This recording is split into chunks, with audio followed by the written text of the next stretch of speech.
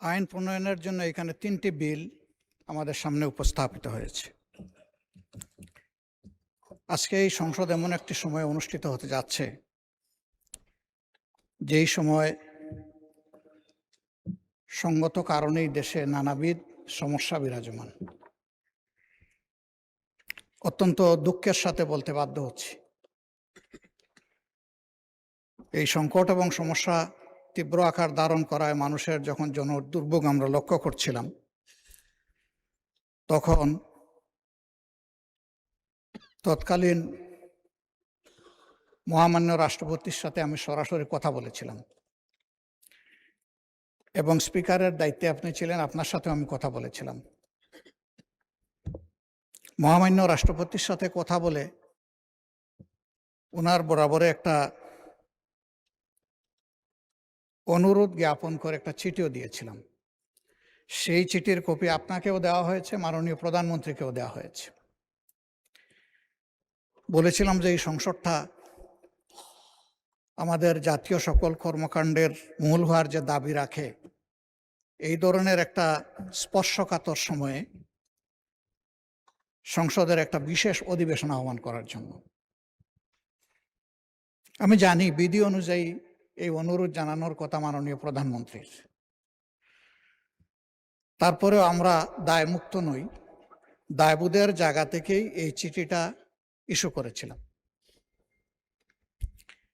কিন্তু আজ পর্যন্ত এর কোনো উত্তর পেলাম না।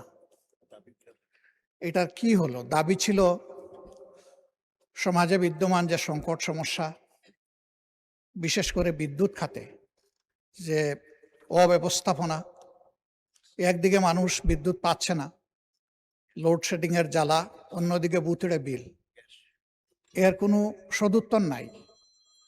গ্যাসেরও তীব্র সংকট দেখা দিল, আবার গ্যাসের অপ্রতুলতার কারণে মানুষ আবার তেলের দিকে ধাবিত হলো।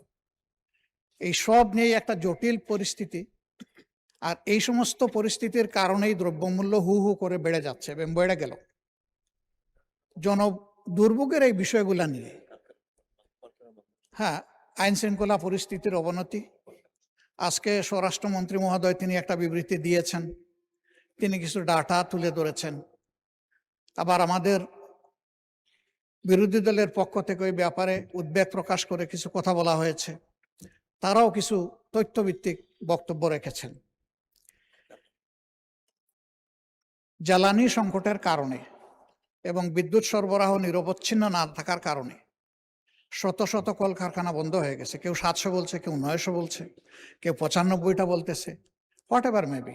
কিন্তু বোঝা যাচ্ছে যে বিপুল সংখ্যক কারখানার উপরে এর একটা নেতিবাচক প্রভাব পড়েছে। কারখানা বন্ধ হওয়ার মানে শুধু মালিক পক্ষ ক্ষতিগ্রস্ত হওয়া না, লক্ষ লক্ষ শ্রমিক যারা এখানে শ্রম বিনিয়োগ করে থাকেন তারাও ক্ষতিগ্রস্ত হওয়া। এর পাশাপাশি আমরা যারা দেশের সাধারণ জনগণ কারখানার এই প্রোডাক্টসগুলো আমরা যারা ব্যবহার করি তারাও ক্ষতিগ্রস্ত। আইন শৃঙ্খলা পরিস্থিতির ব্যাপারে মাননীয় স্বরাষ্ট্রমন্ত্রী তিনি বিবৃতি দিয়েছেন, তিনি একটা তথ্য দিয়েছেন, কিন্তু আমরা যখন সমাজে যাই তখন তার বাস্তবতা খুঁজে পাই না। এর আগে এখানে বিদ্যুৎ জ্বালানি সম্পর্কেও বিভিন্ন সময় বক্তব্য দেওয়া হয়েছে যার সাথে কোনো মিল ছিল না। স্বয়ং স্পিকারের আসন থেকেও বলা হয়েছিল তখন যে আমার এলাকায় তো বিদ্যুৎ পাই না।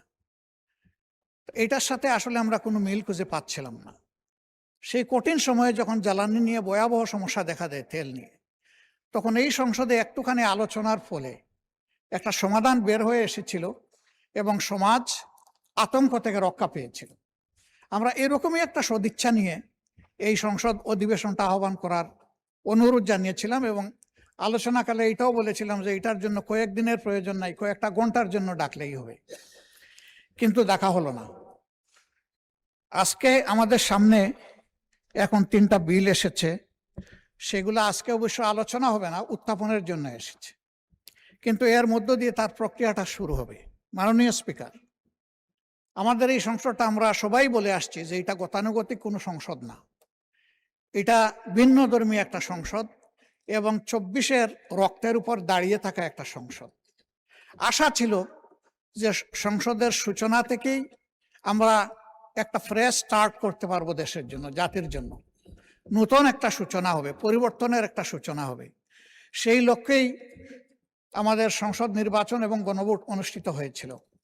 সংসদ নির্বাচন অনুযায়ী, এর ফলাফল অনুযায়ী সংসদ আহ্বান করা হয়েছে, কিন্তু গণভোটের জন্য সংস্কার পরিষদের সেই সভাটার আহ্বান করা হলো না।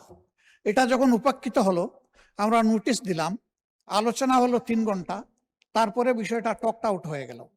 টকড আউট মানে নো রেজাল্ট। আমরা এখানে আসলে নিজের জন্য এই বিষয়টা উত্থাপন করিনি, জাতির জন্য ছিল, যেখানে প্রায় 70% মানুষ হা ভোটে রায় দিয়েছিল। এবং আমরা উভয় পক্ষ, এখন যারা সরকারি দলে আছি, বিরোধী দলে আছি, আমরা সবাই ছিলাম তখন গণভোটের পক্ষে, এবং হায়ের পক্ষে আমরা কম হোক বেশি হোক আমরা সবাই ক্যাম্পেইন করেছি। কিন্তু এইটা যখন বাস্তবায়িত হলো না, জনগণের মধ্যে একটা আতঙ্ক, একটা অনিশ্চয়তা, একটা সন্দেহ দেখা দিল। আমরা বারবার এই বিষয়টা বলে আসছি, তার কোনো প্রতিকার পেলাম না। এখানে বরঞ্চ তার বিকল্প হিসাবে বলা হলো যে সংস্কারের বিষয়টা বা সংস্কার পরিষদ গঠনের বিষয়টা যেহেতু সংবিধানে নেই, এই জন্য এটা বেআইনি, আপনারা যে শপথ নিয়েছেন এটা অবৈধ শপথ। উল্টা আমাদের উপরে আরেকটা বোঝা চাপিয়ে দেওয়া হলো। অথচ এটা জনগণের দেওয়া রায়, উভয়ে মেনেছিলাম, সেই ভিত্তিতেই এই নির্বাচন হয়েছিল। এবং যে অর্ডারের মাধ্যমে নির্বাচন হয়েছে, একই অর্ডারে লেখা ছিল যে 30 দিনের ভিতরে সংসদ অধিবেশন রাখতে হবে এবং একইভাবে সংস্কার পরিষদের সভা আহ্বান করতে হবে। উল্টা দায় এসে গেল আমাদের উপরে, আমরা ন্যায়ের পক্ষে, জনগণের পক্ষে থাকার পরেও। মাননীয় স্পিকার, আমরা তো এখানে জনগণের জন্য কথা বলেছি, এটা কোনো দলীয় সুবিধা নেওয়ার জন্য আমরা বলি নাই। বিরোধী দল এখান থেকে লাভবান হবে এমনও কোনো সম্ভাবনা নেই। 18 কোটি মানুষের রাইটের পক্ষে ছিল আমাদের এই কথাগুলা, যে কারণে ফেসিবাগ যুগে যুগে জেকে বসেছিল এই জাতির গাড়ে। আমরা চেয়েছিলাম ওই জায়গাগুলো পরিষ্কার হোক, কিন্তু আমরা বিস্ময়ের সাথে লক্ষ্য করলাম গণভোটের রায় তো মানা হলোই না। 133টা অর্ডিন্যান্স যেটা ছিল, এখান থেকে 20টাকে ল্যাপসেস করে দেওয়া হলো, যেগুলা ছিল খুবই গুরুত্বপূর্ণ। বিচার বিভাগের স্বাধীনতা, স্বাধীন দুর্নীতি দমন কমিশন, স্বাধীন মানবাধিকার কমিশন, গুম কমিশন, পুলিশ সংস্কার কমিশন, নির্বাচন কমিশন, এই বেসিক জায়গাগুলো যেগুলা ঠিক না হলে ফেসিবাদ থেকে এই দেশ এবং সমাজ মুক্তি পাবে না, সেগুলাই ল্যাপস করে দেওয়া হলো। এখন আমরা দেখছি যে সেইগুলা আস্তে আস্তে বিভিন্ন কায়দায় আপনারা এখানে, মানে আপনারা বলতে সরকারি দল এখানে নিয়ে আসছেন। আরেকটা বিষয় এখানে লক্ষণীয়, আজকের দিনটা হলো বৃহস্পতিবার।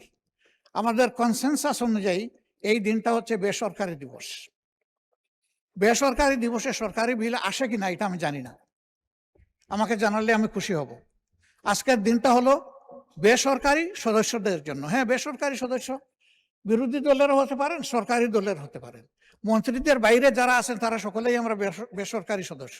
আমরা সেই বিল আনতে পারি, এবং পেন্ডিং অনেকগুলা বেসরকারি বিল আছে, সেই বিলগুলো আজকে না এনে আমি মনে করি যে এখানে অধিকার ক্ষুণ্ণ করা হয়েছে। এবং আজকে এখানে যেভাবে সরকারি বিল উত্থাপন করা হচ্ছে, এটা বোধহয় কোনো ভালো নজির হবে না।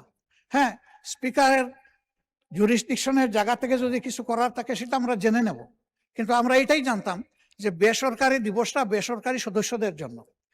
এই সব কিছুতে আমরা দেখতে পাচ্ছি যে সংসদকে ঠেলে একতরফাভাবে এক পেশে করে নিয়ে যাওয়া হচ্ছে। আমরা নীতিগতভাবে এই ধরনের বিলে আমরা অংশগ্রহণ করতে চাচ্ছি না। আমরা আশঙ্কা করছি যে এর মাধ্যমে সংস্কারের যে মূল দাবি সেইটাকেই চাপা দেওয়া হবে। তা আমরা সেই চাপা দেওয়ার পক্ষে নাই। আমরা সংস্কারের মূল দাবির পক্ষে জোরালো এবং স্পষ্ট অবস্থান আমাদের। আমরা এখান থেকে সরিনি। আমাদেরকে অফিসিয়ালি নন অফিসিয়ালি এই পার্লামেন্টের ভিতরে এবং বাইরে অনেকবারই অনুরোধ করা হয়েছে যে সংবিধান সংশোধনের কমিটিতে আসেন। একটা কমিটি এখানে পাশ হয়েছে, আমাদের প্রতিবাদ ছিল, আমরা অংশগ্রহণ করি নাই, সব ঠিক আছে। ওইটা পাশ হয়েছিল সংবিধান সংশোধন কমিটি নামে। পরে আমরা যখন বললাম যে সংবিধান সংশোধন কমিটি নামে কোনো কমিটি হওয়ার কোনো বিধান নেই, আমরা পরে শুনলাম যে এটার আগে একটা বিশেষ শব্দ বসানো হয়েছে। সেই বিশেষটা এখানে পাশ করা হয়েছে কিনা আমি জানি না। একটা কমিটি যদি আসলে এই হাউস থেকে পাশ করানো হয়, তাহলে তার প্রত্যেকটি অক্ষরও এখান থেকে পাশ করাতে হবে। সেটা তো হয় না, ওইটার পক্ষে আমরা ছিলাম না, এটা বড় কথা না। আমি বলছি যে এখানে প্রসিডিওরটাও মেনটেন করা হয়নি। মাননীয় স্পিকার, এই সমস্ত বিষয় বিবেচনায় নিয়ে এখন যে বিষয়টা আপনি উত্থাপনের দিকে যাচ্ছেন, আমরা যেহেতু এই আলোচনায় বৃহৎ স্বার্থে আমরা পুরা সংস্কার চাই, আমরা গণভোটের বাস্তবায়ন চাই, এবং আমরা এইভাবে খণ্ডিত কোনো প্রসেসের অংশ হতে চাই না। এই জন্য আমরা এখন আর এই আলোচনায় আমরা অংশগ্রহণ করব না। এই পর্বে আমরা সংসদ থেকে বিদায় নিচ্ছি। আমরা আবার ওয়াকআউট করছি। আমরা আবার যখন উপযুক্ত তখন ইনশাআল্লাহ আমরা আসব, অংশগ্রহণ করব, জনগণের পক্ষে কথা বলবো। 4টা নোটিশ আমরা জমা দিয়েছি।